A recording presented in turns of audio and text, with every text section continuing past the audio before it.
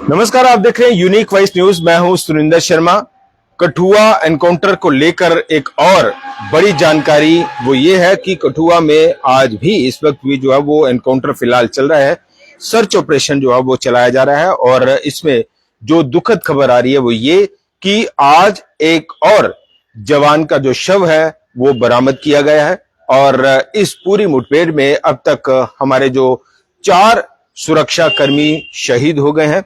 और दूसरी तरफ जो है वो बड़ी खबर यह है कि इसमें 5 आतंकवादियों के मारे जाने की खबर है। बीती रात तक जो है वो 3 आतंकियों को सुरक्षा बलों ने ढेर कर दिया था, लेकिन अभी तक जो अपडेट आ रहा है वो ये कि इसमें 5 आतंकवादियों को सुरक्षा बलों ने अब तक मार गिराया है और 5 आतंकवादियों का जो ग्रुप है वो बताया जा रहा था। हालांकि कुछ न्यूज चैनल जो है वो आतंकियों की संख्या ज्यादा होने की बात कर रहे हैं, लेकिन अभी तक आधिकारिक तौर पर जो है वो इस बात की पुष्टि नहीं की गई है कि कितने आतंकियों का जो दल है, ग्रुप है, वो इस पूरे इलाके में था। और जहां पे सुफैन इलाके में जुठाना जो एरिया है वहां पे जो अब मुठभेड़ चल रही थी वहां पे कितने आतंकी थे ये फिलहाल जो है वो बताना जरा मुश्किल है सुरक्षा बलों की ओर से भी। और इसकी आधिकारिक जो है वो जानकारी अभी तक नहीं दी गई है कि क्या ये जो जुठाना में जो आतंकियों के साथ जो मुठभेड़ चल रही थी, क्या वहां पे सिर्फ 5 आतंकियों का ही ग्रुप था या अन्य कुछ आतंकी जो है वो इलाके में मौजूद हो सकते हैं। उसके बारे में फिलहाल तो कोई बताया नहीं जा रहा या उसके बारे में कहना जरा मुश्किल है। लेकिन बीती रात तक जो है वो सुरक्षा बलों ने 3 आतंकवादियों को मौत के घाट उतार दिया था, लेकिन अब इस वक्त जो जानकारी है कि ये 5 आतंकियों को जो है वो अब तक सुरक्षा बलों ने ढेर कर दिया है और ये 5 आतंकवादी जैशे मोहम्मद के जो एक तरह से मुखौटा ग्रुप कहें, एंटी पीपल फासिस्ट फ्रंट के जो हैं वो बताए जा रहे हैं।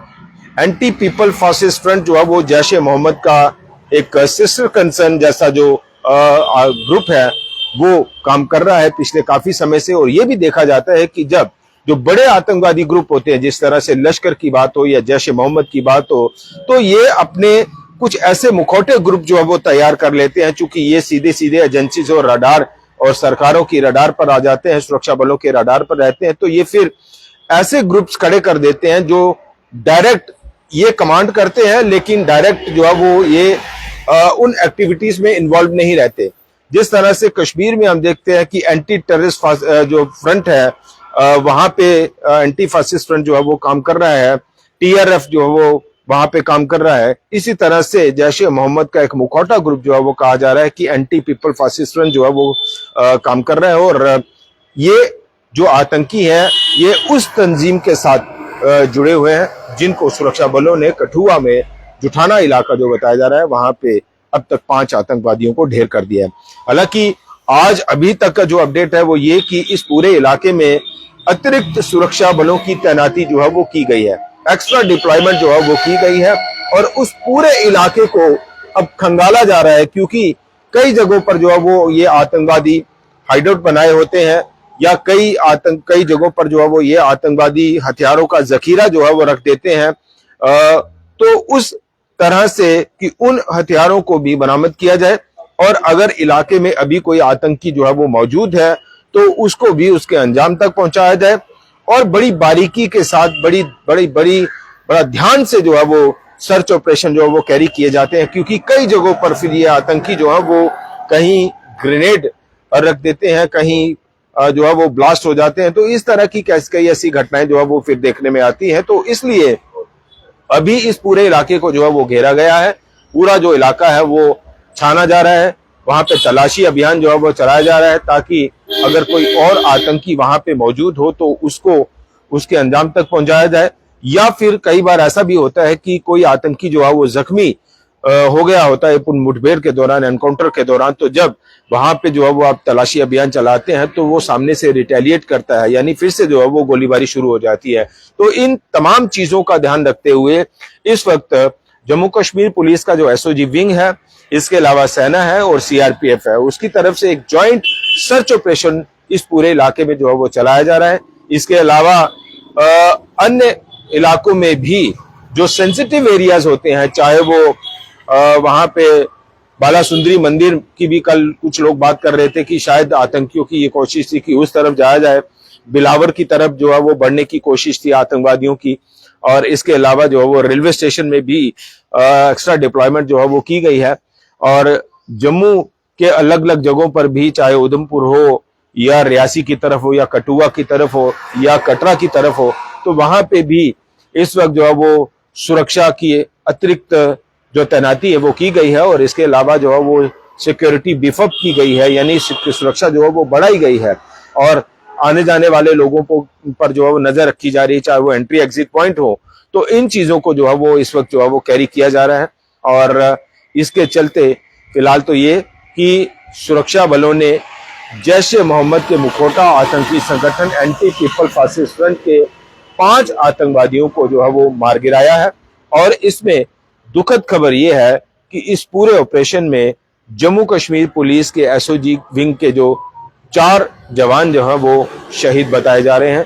3 डेड बॉडीज जो हैं वो कल आपने देखा भी होगा कि हमारे जो 3 सुरक्षा जवान हैं पुलिस के वो शहीद हुए। और एक शव आज जो है वो ये जानकारी आ रही है कि आज एक और शव जो है वो बरामद किया गया है। तो इस पूरे मामले को लेकर अब तक जो है वो 5 आतंकवादी मारे गए हैं और 4 सुरक्षा जवान हमारे जो है वो शहीद हुए हैं। और इसके अलावा जो बड़ी बात यह है कि इस पूरे ऑपरेशन को जो है वो DGP director general of Jammu Kashmir police Nalin Prabhat पूरी तरह से इसको कमांड करते हुए दिखे। इसके अलावा डीआईजी जम्मू कश्मीर जम्मू कठुआ रेंज के शिव कुमार शर्मा वो पूरी तरह से इस पूरे ऑपरेशन में जो है वो काफी एक्टिव दिखे और मौके पर जो है वो मौजूद रहे। इसके अलावा तमाम जो पुलिस प्रशासन के बड़े अधिकारी हैं, तो ये अब तक जो है वो कठुआ एनकाउंटर को लेकर एक बड़ी जानकारी ये कि 5 आतंकवादियों को मार गिराया है। और अन्य कुछ आतंकी क्या वहां पे मौजूद है कि नहीं है, उसके लिए इलाके को पूरी तरह से वहां पे छाना जा रहा है। यानी इलाके में पूरी तरह से जो है वो सर्च ऑपरेशन इस वक्त चलाया जा रहा है। और दूसरी तरफ हम देखें कि 4 हमारे जो जवान हैं वो शहीद हुए हैं। इन तमाम शहीदों को हमारी ओर से भावभीनी श्रद्धांजलि अर्पित है और शहीद परिवारों के प्रति हमारी गहरी संवेदना है कि दुख की इस घड़ी में ईश्वर उन्हें शक्ति दे, उन्हें ताकत दे इस दुख को सहने की। लेकिन कई सारे लोग इस बात को लेकर भी सवाल उठा रहे हैं कि आखिर ये सिलसिला कब तक चलेगा। आखिरकार ये जो मौतों का तांडव आतंकवादी खेल रहे हैं या पड़ोसी मुल्क जो पाकिस्तान है वो खेल रहा है, ये कब तक चलेगा, ये सिलसिला कब रुकेगा। हर बार ऐसा होता है कि आतंकी आते हैं और इस तरह से दनदनाते हुए हमारे सुरक्षा बलों को निशाना बनाते हैं, सिविलियंस को निशाना बनाते हैं, लोगों को निशाना बनाते हैं। और मुझे आज भी याद है कि जब यहाँ पे राजौरी का जो डांगरी अटैक हुआ था, उसके बाद गृह मंत्री अमित शाह का एक बहुत बड़ा बयान कि अब जो सिक्योरिटी मैकेनिज्म है वो पूरा 360 डिग्री एंगल से घूमेगा और आतंकवादियों को चुन चुन कर मारा जाएगा। लेकिन उसके बाद हम देख रहे हैं कि कश्मीर में तो आप कह सकते हैं कि आतंकी वारदातें या आतंकी घटनाएं या गतिविधियां जो है वो कम हुई हैं, लेकिन ये सारा शिफ्ट जम्मू की तरफ बढ़ गया है। और जम्मू में भी खास करके जो हिंदू बेल्ट्स हैं, चाहे वो रियासी हो, उधमपुर हो, कठुआ हो, सांबा हो, इस तरफ जो है वो ये फोकस बढ़ गया है।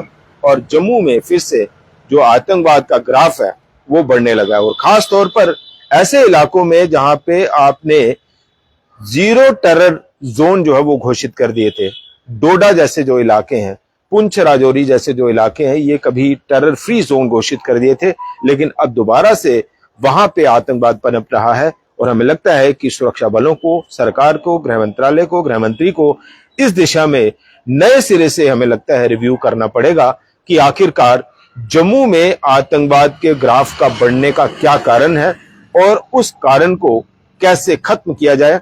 और उसका एक सबसे बड़ा तरीका है, सबसे बड़ा जो मैकेनिज्म है, हमें लगता है कि जो ओवरग्राउंड वर्कर्स और स्लीपर सेल्स, हालांकि सरकार की तरफ से ये कुछ कदम उठाए गए हैं कि अब आतंकवाद का सपोर्ट करने वाले लोगों को भी आतंकवादी ही माना जाए।